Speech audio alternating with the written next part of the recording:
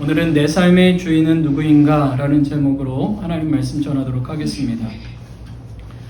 지난 주일까지 예수님이 가르쳐 주신 주기도문의 내용을 함께 살펴보았습니다. 오늘부터 계속해서 산상수훈의 내용을 살펴보도록 하겠습니다. 본문 설교에 앞서서 이전에 함께 나누었던 6장의 내용을 조금 복습하면서 본문의 내용을 함께 살펴보려고 합니다. 예수님께서 5장 뒷부분에는 율법의 의미를 재해석해 주셨어요. 그래서 예수님께서 율법의 완성이시다 하는 것을 우리에게 알려주셨습니다. 6장에서는 경건 생활을 재정립해 주셨어요. 그래서 하나님의 사람들은 사람들 앞에서 사람들에게 보이기 위해서 외식하는 자, 다시 말하면 가면 쓴 자처럼 하면 안 된다. 우리의 신앙생활은 다른 사람들이 보이기에 좋아 보이기 위해서, 의롭게 보이기 위해서 선한 자인 것처럼 보이려고 하는 것이 아니라 은밀한 중에 보시는 하나님 앞에서 하는 것이고, 그 하나님 앞에 살아가는 삶은 하나님께서 복주시고 하나님께서 채우시고 하나님께서 갚으신다 라는 것을 우리에게 말씀하고 있습니다. 다시 말해서 하나님의 자녀된 자, 하나님께서 하나님의 백성 삼은 사람들은 다른 것이 아니라 하나님 앞에서 하나님을 바라보면서 하나님을 의지하면서 살아가야 된다. 그래서 기도를 하든 금식을 하든 구제를 하든 다른 사람의 칭찬받기 위해서 하는 것이 아니라 하나님 앞에서, 그것이 하나님의 뜻이기 때문에 하나님을 높여드리기 위해서 하나님이 기뻐하시는 일이기 때문에 우리가 그 일을 해야 된다 라는 것을 우리에게 말씀하고 있다는 거죠. 그래서 기도하는 것도 마찬가지예요. 예수님께서 너희는 이렇게 기도해라 라고 말씀하시면서 하나님이 어떤 분이시냐? 하늘에 계신 우리의 아버지시다. 우리를 자녀 삼으신 아버지시다. 그렇기 때문에 우리는 하나님의 자녀로서 기도하는데, 우리가 기도해야 될 첫 번째이자 전체가 다 뭐라는 거예요? 아버지의 이름이 거룩히 여김을 받으시기를 원하는 것이 우리의 기도의 중심이 되어야 된다라는 것을 말씀하시는 거예요. 그래서 나라가 임하시기를, 또 하나님의 뜻이 우리의 삶 가운데 이루어지기를 기도하는 것이죠. 일용할 양식을 주시고, 또 우리가 누군가를 용서하고 시험에 빠지지 않고 죄에 빠지지 않는 이 모든 것, 죄에서 구원해 주시기를 기도하는 이 모든 것들도 하나님의 이름이 거룩히 여김을 받으시기를 원하는 것, 그 안에 다 들어가 있는 기도의 내용이라는 거죠. 그리고 나서 그 기도를 할 수 있는 근거가 뭐라고 그랬어요? 나라와 권능과 영광이 모두 다 아버지의 것이기 때문에, 영원토록 아버지의 것이기 때문에 그 모든 것을 가지신 아버지께서 우리에게 내가 너의 기도를 듣겠다, 내가 너를 지켜주겠다, 내가 너의 삶을 인도하겠다, 내가 너의 부르짖음에 응답하겠다라고 약속하셨기 때문에 우리는 그 약속의 말씀을 붙잡고 그 높으신 하나님께 나아가 그 하나님 앞에 기도할 수 있다는 거죠. 누군가가 대신 우리에게 기도해 주는 게 아니에요. 우리는 하나님의 자녀로서 나의 아버지 되신, 우리의 아버지 되신 하나님께 기도하게 되었다라는 것을 우리에게 말씀해 주고 있는 거죠. 자, 본문은 내 삶의 주인은 누구냐라는 것을 우리에게 묻고 있습니다. 여러 가지로 이렇게 나눠서 이제 설명할 수 있겠지만 전체적인 맥락에서 좀 말씀드리면 결국에 우리의 삶의 주인은 누구인가를 묻고 있어요. 하나님의 사람들, 하나님의 자녀로 부르심을 받은 사람들의 주인은 누구예요? 하나님 한 분밖에 없다는 거죠. 두 주인을 섬길 수 없다는 거예요. 세상 사람들은 하나님을 모르기 때문에 자신들이 생각하는 주인들을 쫓아서 살아갈 수 있지만 하나님의 자녀된 사람들은 양다리 거실 수 없다는 거예요. 그러면 안 된다는 거죠. 하나님만이 우리의 삶의 주인인 것을 믿고 고백하며 우리 주인 대신 하나님만 의지하고 그 주님의 명령을 쫓아 살아가는 것이 우리의 삶의 모습이어야 한다라는 것을 우리에게 말씀하고 있습니다. 그러면서 결론적으로는 하나님을 주인으로 삼은 사람들은 어떻게 살아가야 하는가 하는 것을 우리에게 말씀하고 있습니다. 여러분, 구약 성경은 십계명과 그 율법에서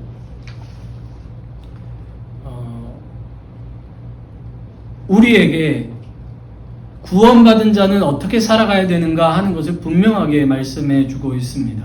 십계명을 시작할 때 이렇게 시작하거든요. 출애굽기 20장 2절 말씀을 보면 나는 너를 애굽 땅 종되었던 집에서 인도하여 낸 내 하나님 여호와니라 이렇게 말씀하세요. 그리고 십계명이 펼쳐지는 거예요. 다른 말로 하면요, 십계명을 다 지키면 내가 너의 하나님이 되어줄게. 그러면 내가 너를 구원해 줄게 라고 말씀하신 것이 아니라 이미 이스라엘 백성들을 이집트에서부터 구원해 내신 하나님께서 그들에게 내가 너를 구원해낸 내 하나님 여호와야. 이제는 너희가 나의 언약 백성이 되었으니 이제는 그 언약 안에서 내가 너에게 준 이 계명을 쫓아 하나님의 백성된 자녀답게, 백성된 자들답게 살아가라 라고 주신 것이 십계명이라는 거죠. 그리고 그 십계명을 주시면서 강조하신 내용이 뭐예요? 하나님 한 분밖에 없다. 다른 신은 없다. 그렇기 때문에 우상을 만들 필요도 없다. 그리고 나를 다른 것으로 만들 필요도 없다 라고 말씀하시는 거예요. 너희들이 나를 사랑한다면 내 이름을 망령되이 일컬으면 안 된다. 그리고 나를 만나러 나와라. 내 안에서 안식을 누려라. 그게 안식일에 대한 계명이에요. 그리고 뒤에 주시는 계명들은 다 이제는 하나님을 사랑하는 자는 우리 공동체 안에 있는 사람들을 어떻게 대하고 그 사람들과 어떻게 살아가야 되는가 하는 것을 말씀해 주시는 거예요. 여러분, 살인하지 말라, 간음하지 말라, 도적질하지 말라, 내 이웃의 것을 탐내지 말라, 이런 게 다 뭐예요? 하나님께서 우리의 완전한 채우심이 되시기 때문에 주님이 주시는 것으로 만족한다면, 우리가 그것으로 감사하면, 그것으로 기뻐하면 다른 것에 눈 돌리면서 그것을 뺏으려는 마음 가질 필요가 없다는 거죠. 내게 주신 것이 다 감사한 거예요. 나의 부모님이 감사하고, 내게 주신 물질이 감사하고, 나와 함께하는 사람들이 소중하고, 이렇게 되는 거예요. 그렇기 때문에 주님께서는 먼저 우리에게 내가 너를 구원했다. 내가 너를 사랑한다. 그러니 너도 나를 사랑해라. 그러니 너도 이제 구원받은 자로서 살아가라. 라고 우리에게 말씀하고 있다는 거죠. 이것을 통해서 우리의 삶의 주인이 누구신가? 우리가 누구를 의지하고 따라가야 하는가 하는 것을 말씀해 주고 있는 거죠. 우리를 구원하신 하나님.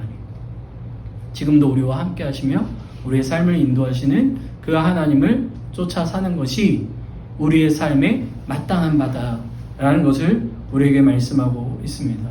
마찬가지로 예수 그리스도를 이 땅에 보내주신 그 하나님, 그 십자가의 은혜로 우리를 구원하신 하나님, 예수 그리스도의 구원을 통해서 우리도 이제는 구원받게 됨을 보여주시는 하나님, 그 하나님께서 우리에게 말씀하신, 예수님을 통해서 주신 계명이 있잖아요.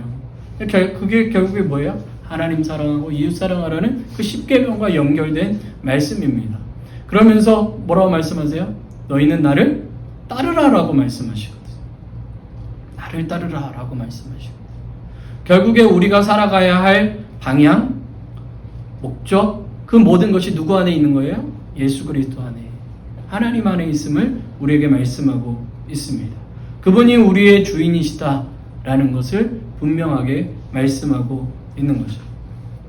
예수님께서는 오늘 말씀 통해서 재물이 최고의 가치인 이 세상 속에서 너희가 정말 누구를 주인으로 모시고 살고 있느냐라고 묻고 계십니다. 그러면서 물질이 주인인 사람들의 모습이 어떠한가를 우리에게 말씀하고 있어요. 그러니까 하나님과 물질 사이에, 하나님과 재물 사이에 살아가는 사람들은 어떤 모습인가?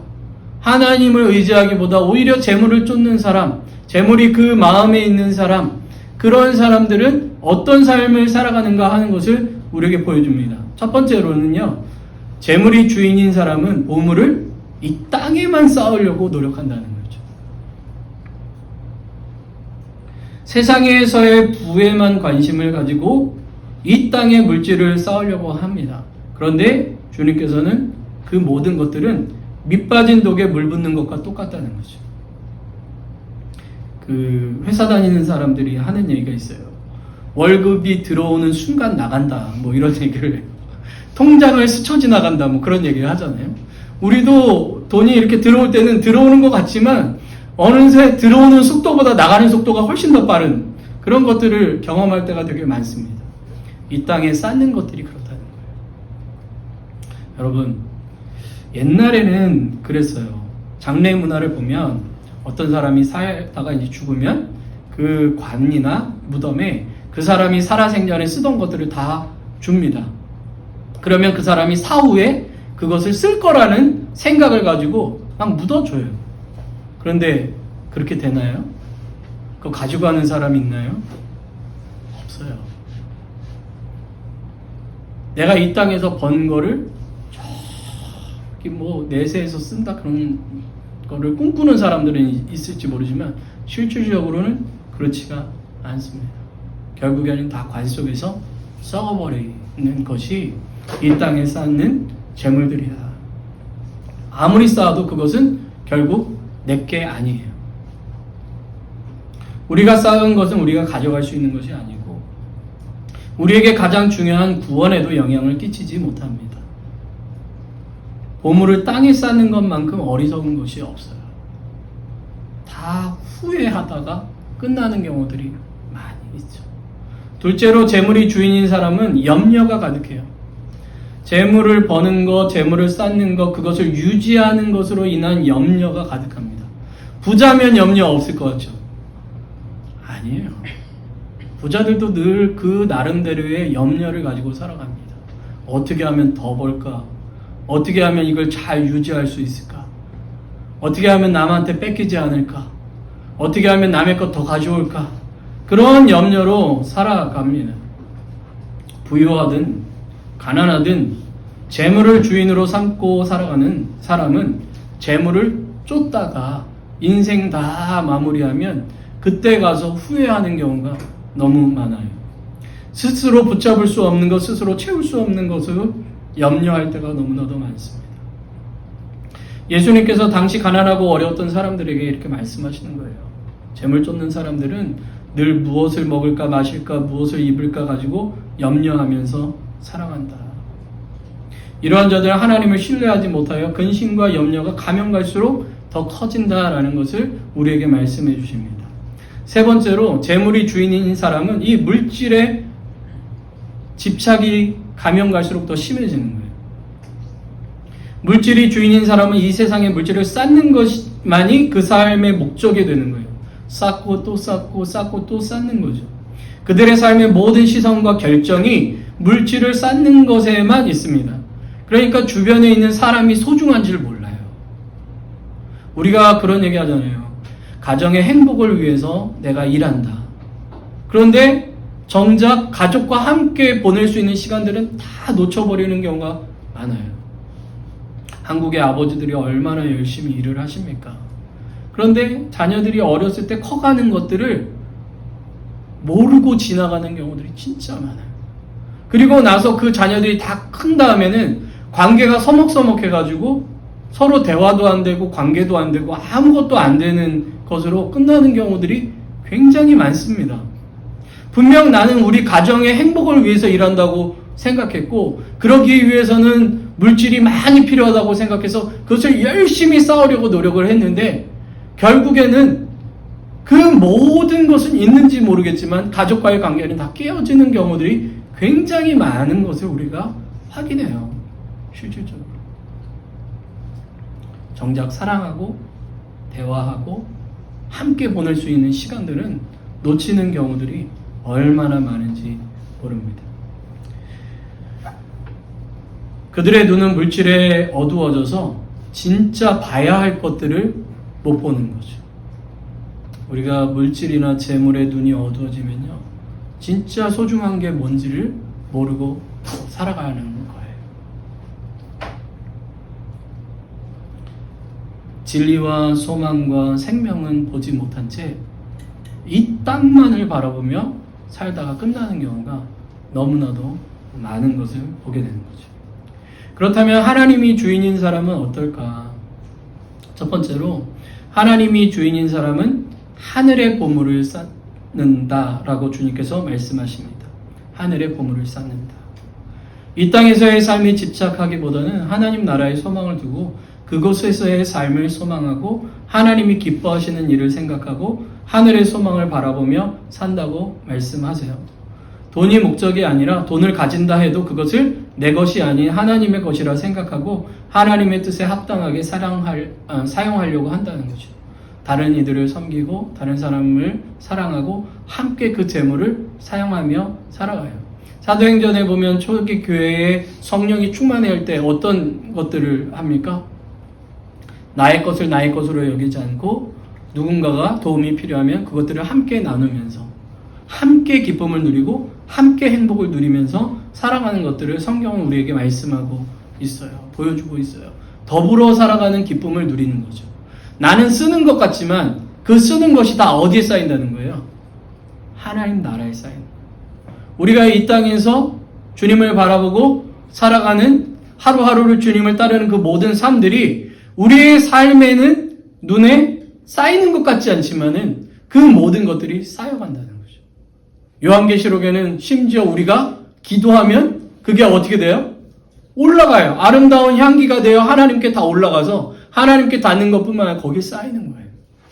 우리가 이 땅에서 믿음으로 살아가는 그 모든 믿음의 삶은 눈에서는 잘 보이지 않는지 모르지만 하나님의 눈에는 다 보이고 하나님의 모든 것 속에 다 그것들이 쌓여간다라는 것을 우리에게 말씀하고 있다는 거죠.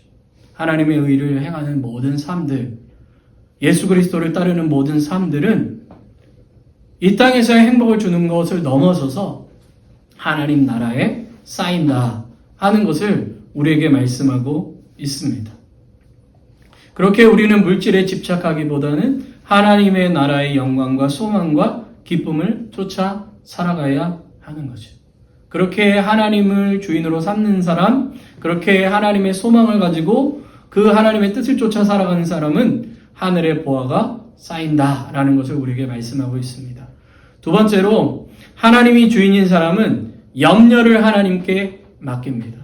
그러니까 염려가 이제는 내 것이 아니라 누구의 거예요?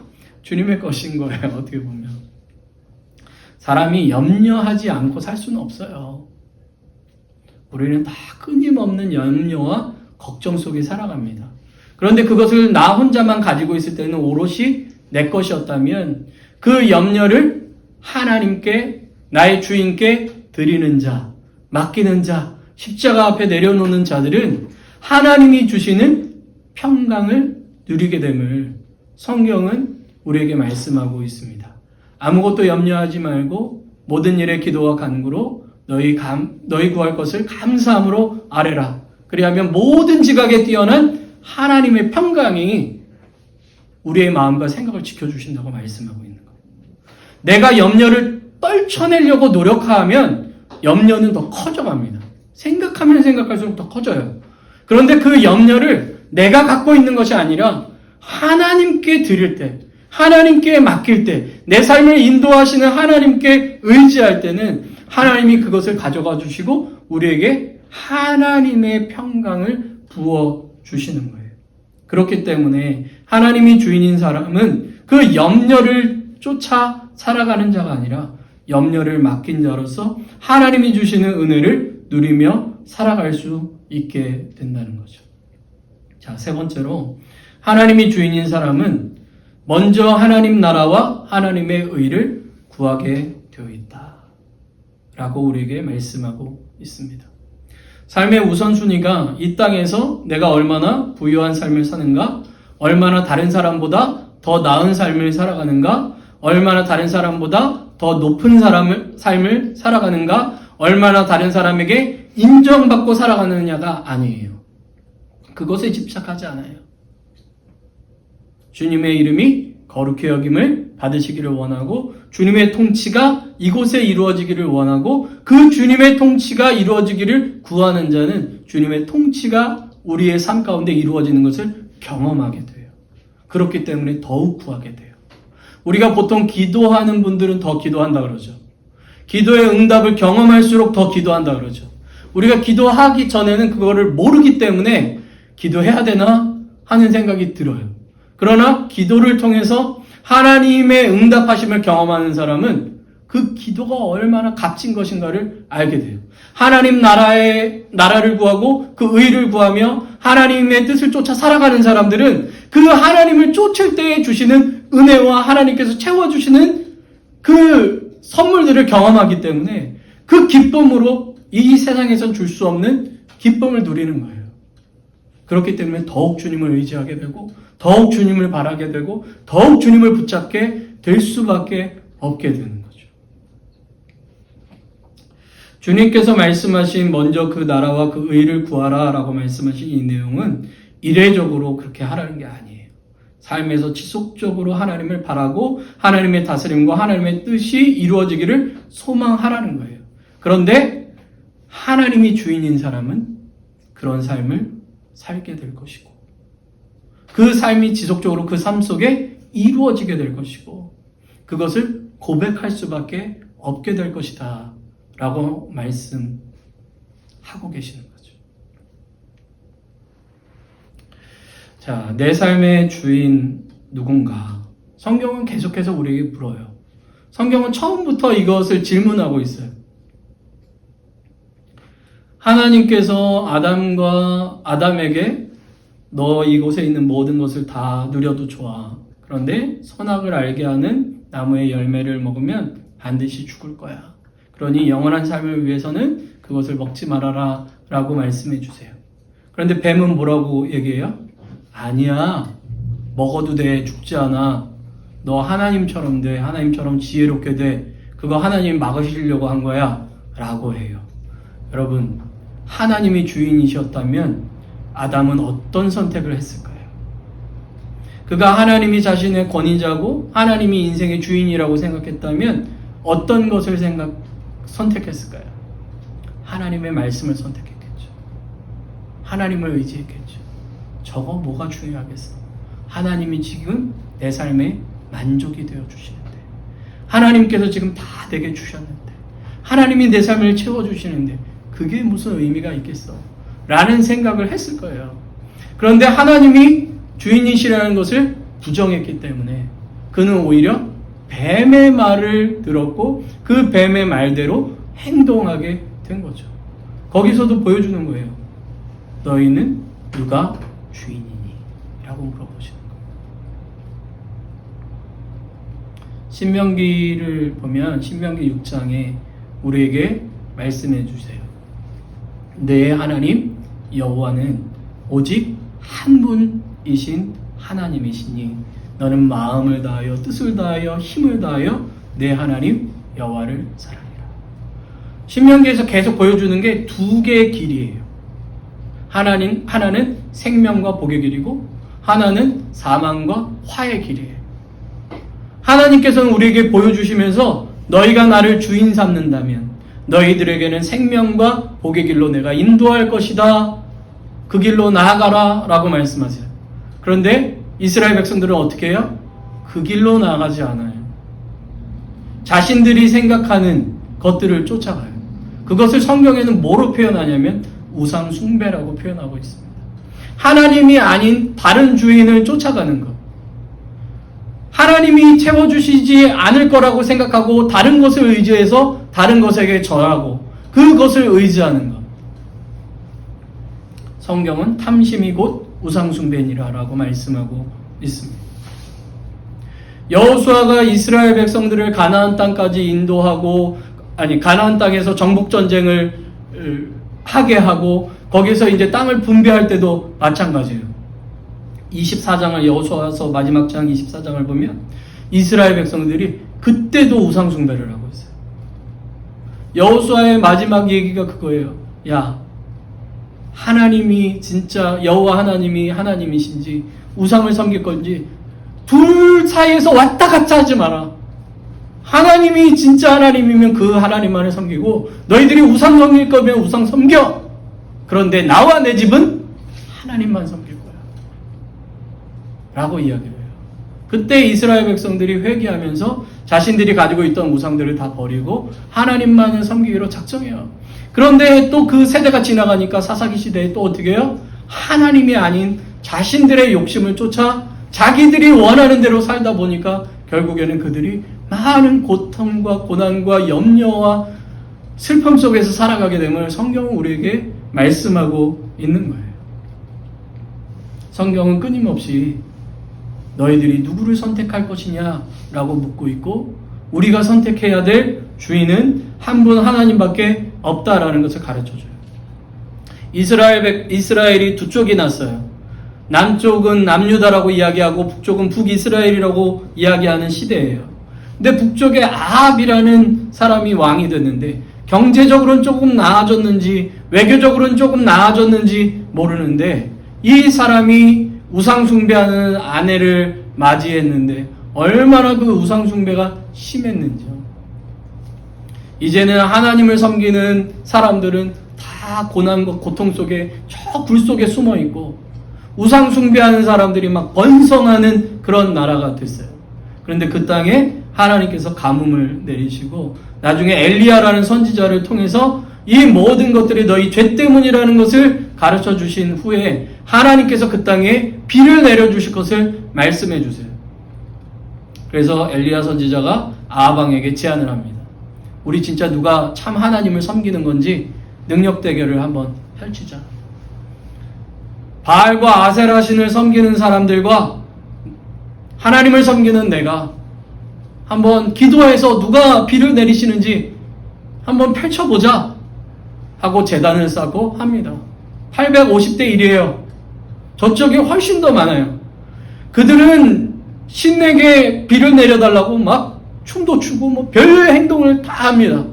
그런데 비가 내리지 않아요. 근데 엘리야 선지자는 하나님 앞에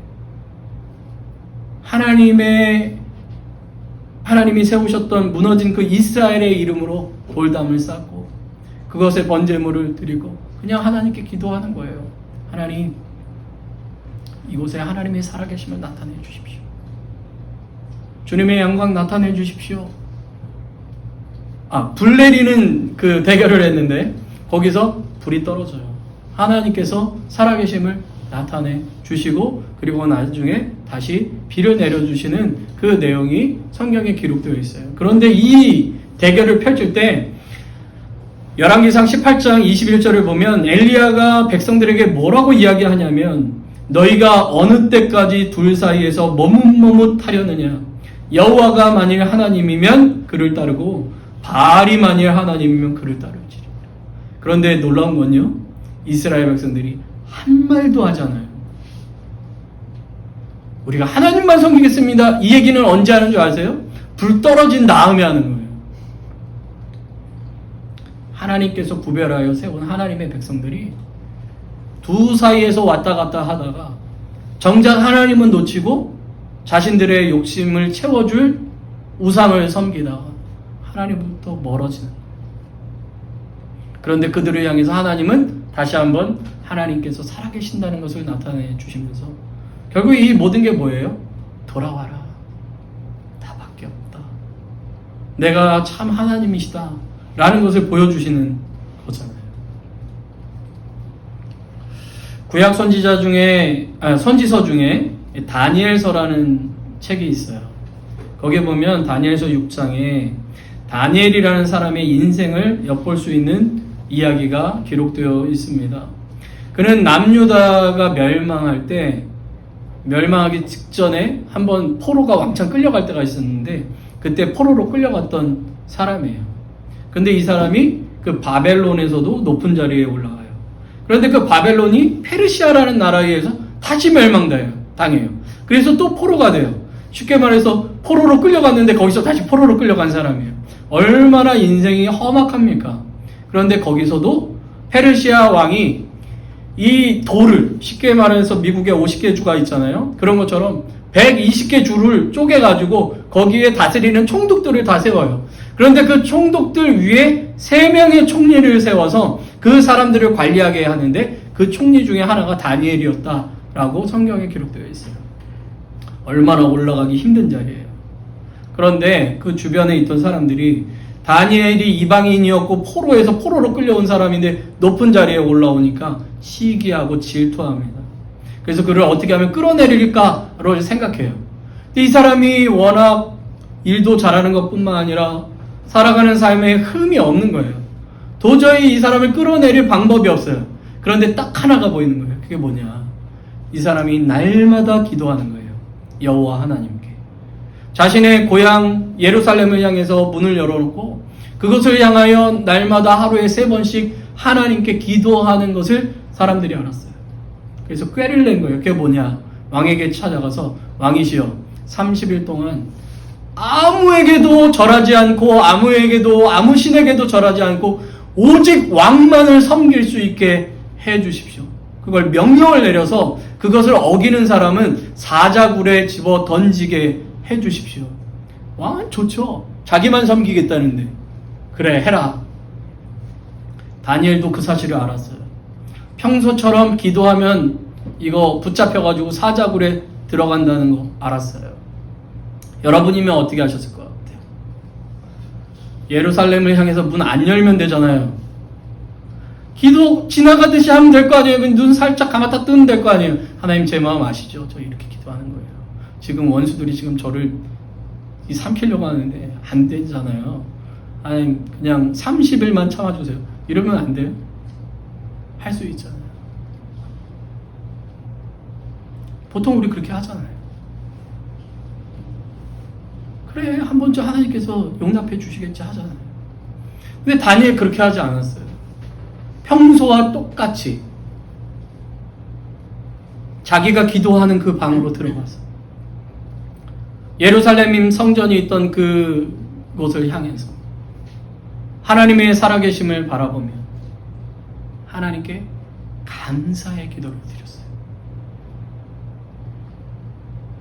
이 기도 때문에 사자에게 삼킬 것을 알면서도 그건 뭐예요? 다니엘의 삶의 목적이 높은 지위라든가 명예라든가 성공이 아니었다는 거예요. 얼마나 내가 풍족하고 안정된 삶을 살까가 아니었다는 거죠. 다니엘에서는 처음 시작부터 그가 포로로 끌려간 그 자리에서 나는 하나님의 사람으로 살겠습니다 라는 결단을 하고 그의 인생이 끝까지 하나님 앞에서 하나님을 왕으로 하나님만을 나의 하나님으로 섬기는 자로 살았음을 성경은 우리에게 보여주고 있습니다. 두 사이에서 머뭇머뭇거리는 자가 아니라 내가 지금 당장 죽는다 할지라도 하나님께서 혹시라도 사자에서 나를 구원하지 않는다 할지라도 나의 인생의 주인은 하나님밖에 없다라는 그 고백으로 그 믿음으로 그가 그런 일들을 했음을 성경은 우리에게 보여주고 있는 거예요. 그런데 그러한 사람을 하나님 버려두지 않으시고 그의 인생을 하시고 그를 구원하시고 그를 통해 앞으로 되어질 일들을 보여주시면서 하나님의 큰 일을 기록할 수 있도록 하나님께서 베푸시는 것을 성경은 우리에게 말씀하고 있습니다. 우리는 예수님께서 보여주신 삶을 통해서도 하나님의 자녀가 어떻게 살아가야 되는가 하는 것을 알 수 있어요. 예수님은 하나님의 구원을 이루시기 위해서 자신의 자리에서 내려오셨어요. 가장 낮은 곳으로. 태어나는 것뿐만 아니라 죽음조차도 가장 혐오하는 자리로. 나의 원대로 마시고 아버지의 원대로 하옵소서 라는 그 모든 주권을 성부 하나님께 드리면서 순종하시는 모습을 우리에게 보여주시는 거예요. 그러면서 주님 우리에게 뭐라고 말씀하세요? 나를 따르려거든 너희도 너의 십자가를 지고 나를 따르라. 고통의 자리로 가라는 게 아니에요. 하나님을 나의 전부로 인정하고 그분이 부르시는 부르심의 자리에서 살아가라 라고 말씀하고 있는 거죠. 그것이 하나님을 주인으로 삼은 자들의 삶의 모습이다. 그것이 이 땅에서 똑같이 우리가 사업도 하고 일도 하고 또 때로는 필요한 것들이 있기 때문에 그것들을 위해서 열심히 살아가지만 삶의 목적 자체가 다르다는 거죠. 물질이 주인이 되어 그 주인을 쫓는 삶이 아니라 하나님을 주인으로 모시고 살아가기에 때로는 먹기 위해서도 살아가고 열심히 노력도 하고 하는 삶을 살아가는 거예요. 그러나 그 목적 자체가 완전히 다르고 삶의 방향 자체가 완전히 다름을 성경은 우리에게 말씀하고 있다는 거죠. 하나님의 자녀들은 이 두 사이에서 왔다 갔다 하는 자가 아니라 이제는 하나님만이 내 삶의 주인이십니다 라고 고백하는 자로서 이 땅을 살아가야 됨을 성경은 우리에게 말씀하고 있습니다. 사랑하는 성도님들, 여러분들은 여러분의 인생의 주인이 누구세요? 예수님을 믿는다고 하면서 우리는 예수님이 진짜 우리의 주인이신가요? 하나님이 우리의 아버지라고 하면서 그 하나님 아버지께서 우리의 삶의 주권을 가지고 계십니까? 그분의 나라와 그분의 의를 쫓는 삶을 살고 있습니까? 우리가 하나님의 자녀라면 우리는 당연히 하나님의 주권을 인정하고 하나님의 나라와 그분의 의를 구하며 오늘 우리에게 주어진 하루하루를 살아가야 하는 거죠. 그렇게 살아갈 때 주님께서 뭐라고 말씀하세요? 염려도 그분이 우리에게 가져가시는 것뿐만 아니라 이 세상의 모든 것들을 다스리시고 섭리하시는 하나님께서 우리를 먹이시고 채우시고 인도하시고 이끄실 것이라고 약속해 주고 계시는 거예요. 그 하나님을 믿는 자는 세상을 따르는 자가 아니라 그 하나님을 따르는 자라 우리에게 말씀하고 있습니다. 우리가 그렇게 그 하나님을 신뢰하며 하나님의 주권을 인정하고 그 하나님을 따르는 하나님을 주인 삼은 자로서 하루하루를 살아가는 저와 여러분들이 다 되기를 주님의 이름으로 축복합니다.